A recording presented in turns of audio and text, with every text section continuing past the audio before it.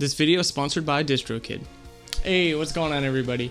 So today I'm going to be bringing you my first FAQ. I got my coffee, I got my guitar, and I have a ton of questions that you guys have been asking, so I'm just going to jump right into it. The first question is from Lewis Hodgson 93. I think that's how you say it. Any advice for guitarists who feel like they've hit a wall in their development? Yes. Okay, so the first thing I'd like to say is we all go through that.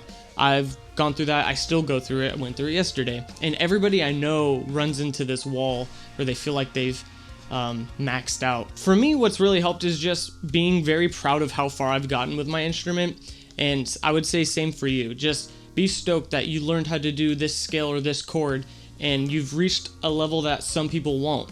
And once you realize that there's going to be an endless hole of knowledge that you'll never fully obtain, it's a lot easier to just kind of be stoked of where you're at and always be open-minded about learning new things. That's probably the biggest thing, is we're kind of tunnel visioned in certain things we want to learn. Maybe go and learn some other things, different genres, different styles, or maybe trying to emulate a different instrument on your guitar. I think that will open up a lot of possibilities for you. Maybe open up a new genre, you know?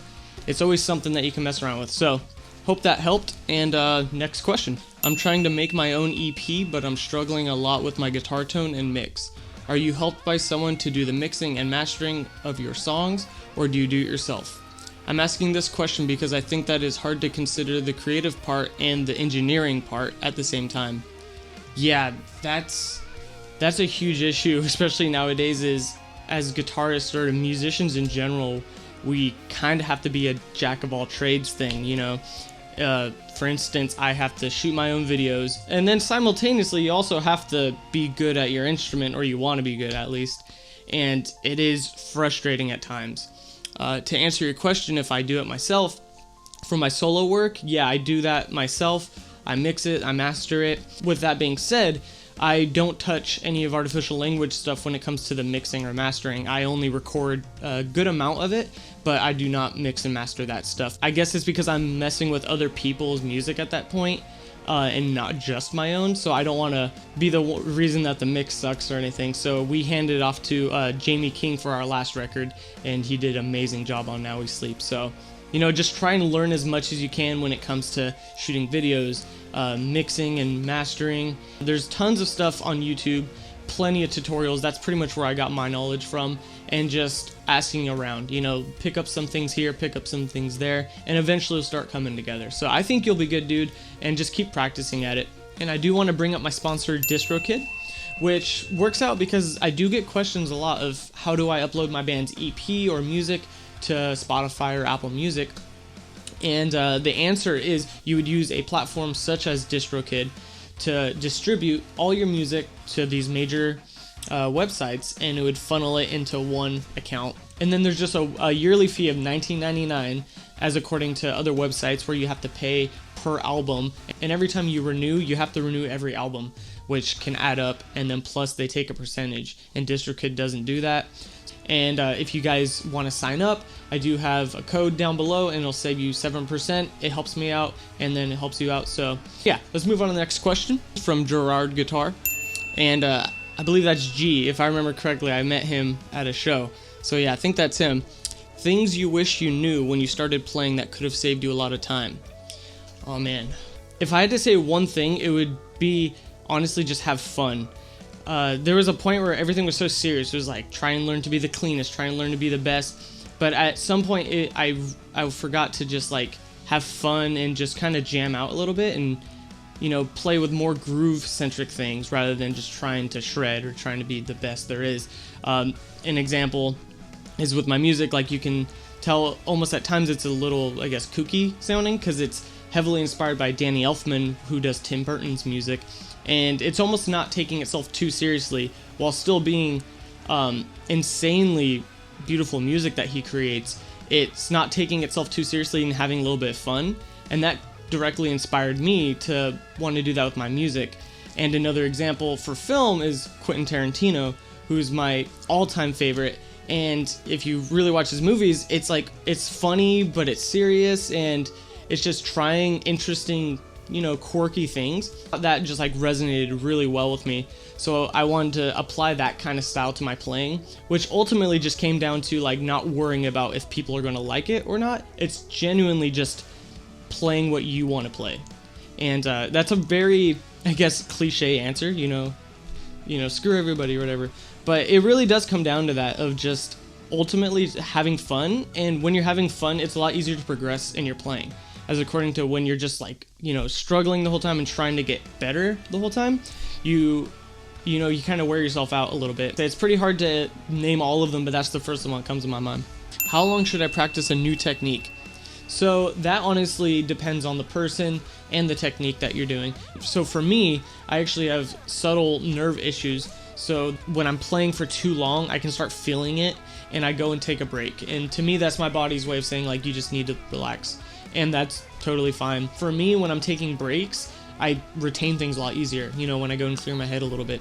So honestly, dude, I would just, figure out how you are physically feeling. Like if you feel tired, that's one thing, but if you feel like sores or pains, that's your body telling you something.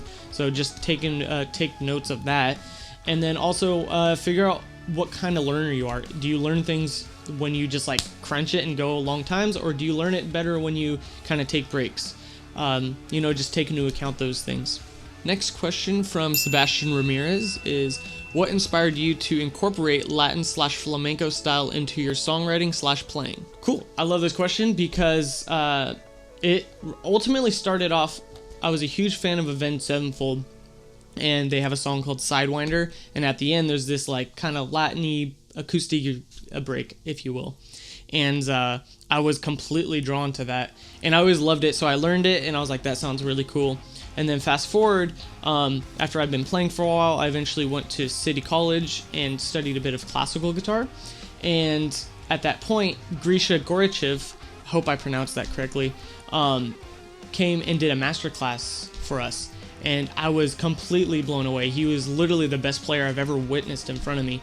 And he plays amazing flamenco and just overall classical in general. He has perfect technique. And that kind of kicked it off for me. I was like, all right, I love this stuff. And ultimately, I never thought I had the chops to do it. And if I'm being honest, I still feel like I'm not up to where I'd like to be.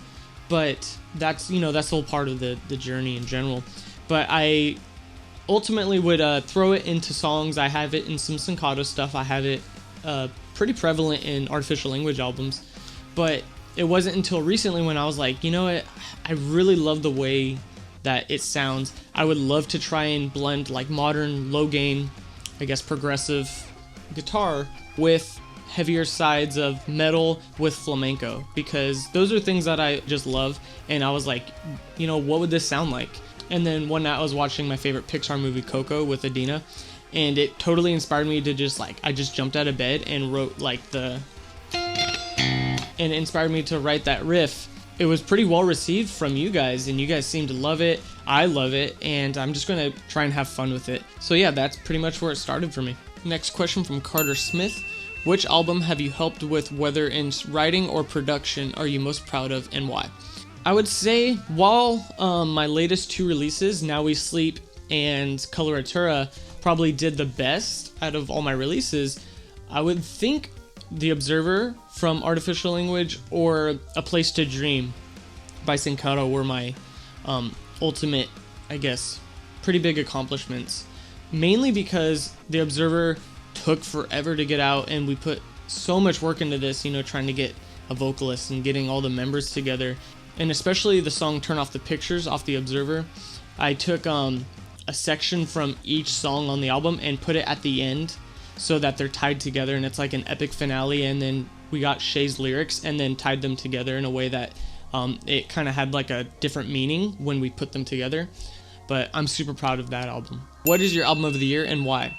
So my album of the year is Leprous Pitfalls, and the reason why is it's just insanely dynamic, but mainly the progressions are just what caught me. Like right off the bat, the song Below, the progressions are so good. And once I dove in, the vocal melodies are amazing. The drums, some of the coolest drums I've heard in a while.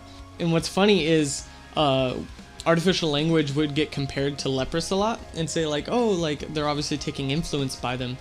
And I would always hear that name and I'm like, I don't even know who they are. Like, and I didn't really check them out until this album. And I listened to it, I was like, wow, this is amazing. This is just literally the stuff I love. You know, the progressions are great, very cinematic, and takes its time. I love that.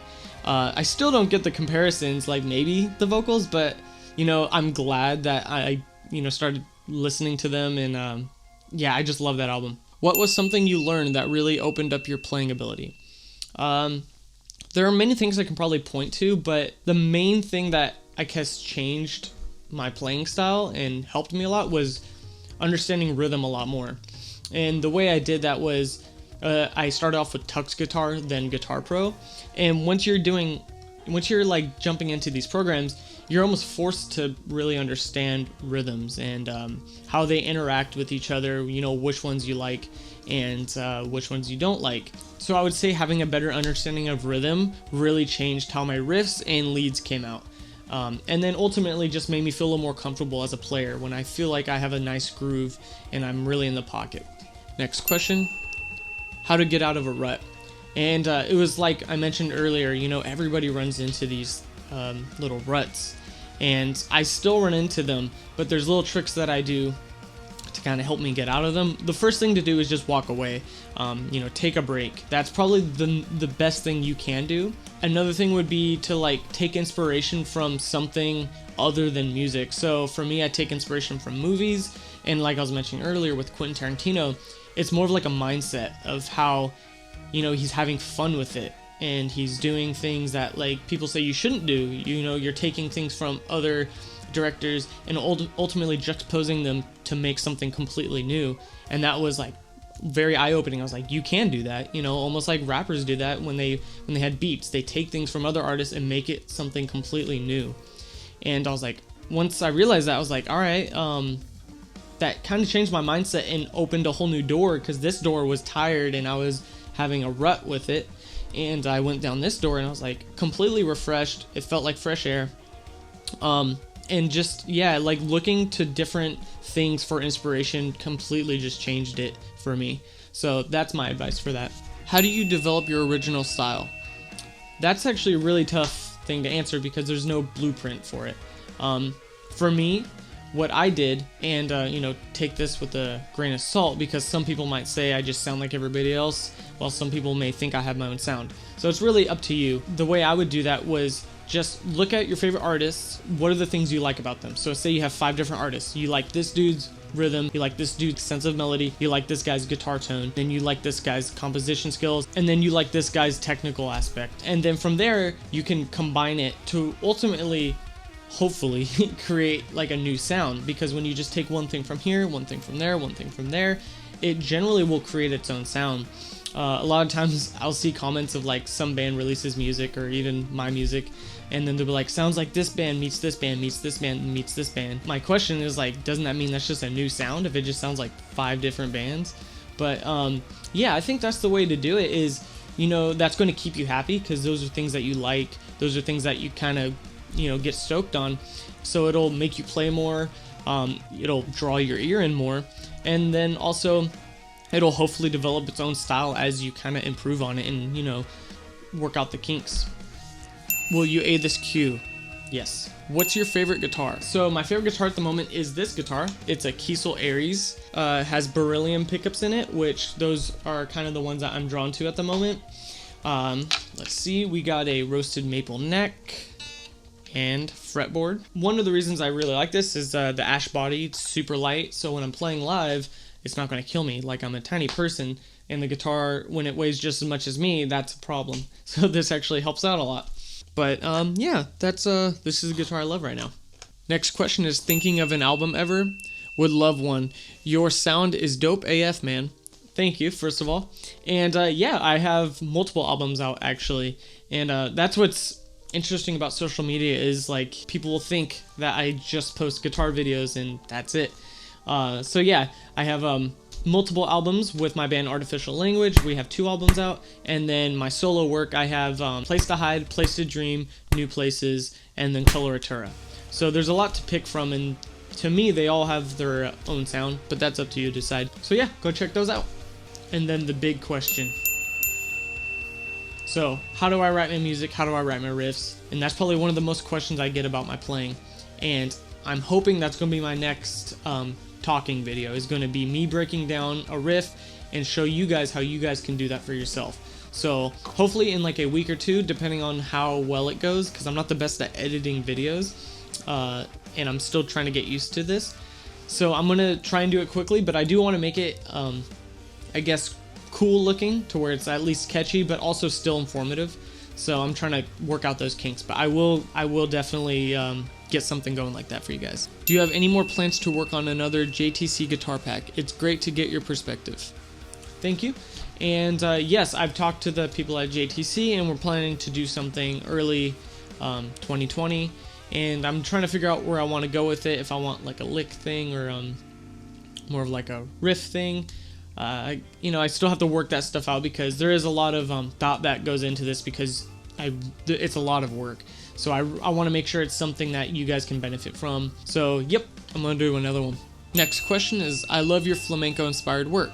Any chance of another coloratura style CD and tabs? Many thanks. So yes, I definitely want to keep this going because I really love playing the flamenco inspired stuff, and it's just something that really resonates with me and always have. So I definitely want to try and expand on it and do a little more drawn out songs and see how well I can perform at that. And I would love to keep giving you guys the tabs so you guys can also learn these as well too. Whether or not it's going to be a full EP or album like based off, you know, flamenco inspired stuff, that's still up in the air. But there will be some tracks at least in there. There's always going to be tabs for them too. So I hope that answers your question. When did you start playing guitar? I started playing, I believe I was 14 years old. I think I was like a freshman in high school. And yeah, I was inspired by Guitar Hero. I was basically really good at Guitar Hero and was like, all right, I need to like not waste so much time playing this, because I really was. So I started picking up the real guitar and quickly realized it was way harder. But once I learned Crazy Train, I would think I was all set and I was stoked, and I just kept pushing through. I still played Guitar Hero at the same time, and like little too much, but yeah, that's when I started and I haven't looked back since. So you have this weird dissonance in your playing. My question is, how do you get that? Well, I hope that's a good thing. There's a few things that could be that you're talking about. It might be like a minor second interval. Like that interval, when you play them together, it has a very dissonant sound. Another thing it could be is how I use diminished chords, and I'll use them in more of like a functional context, meaning they have context with the chords that I'm playing. So an example would be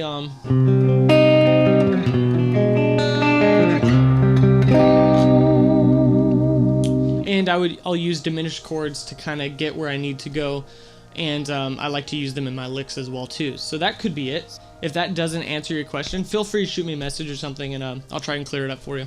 Ooh, the big question.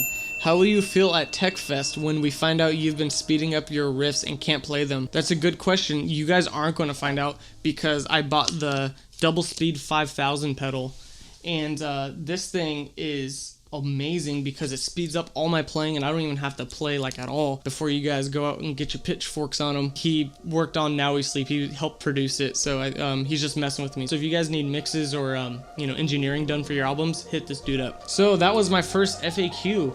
Thank you guys for all the questions, and I really appreciate all you guys' help, and I will see you later.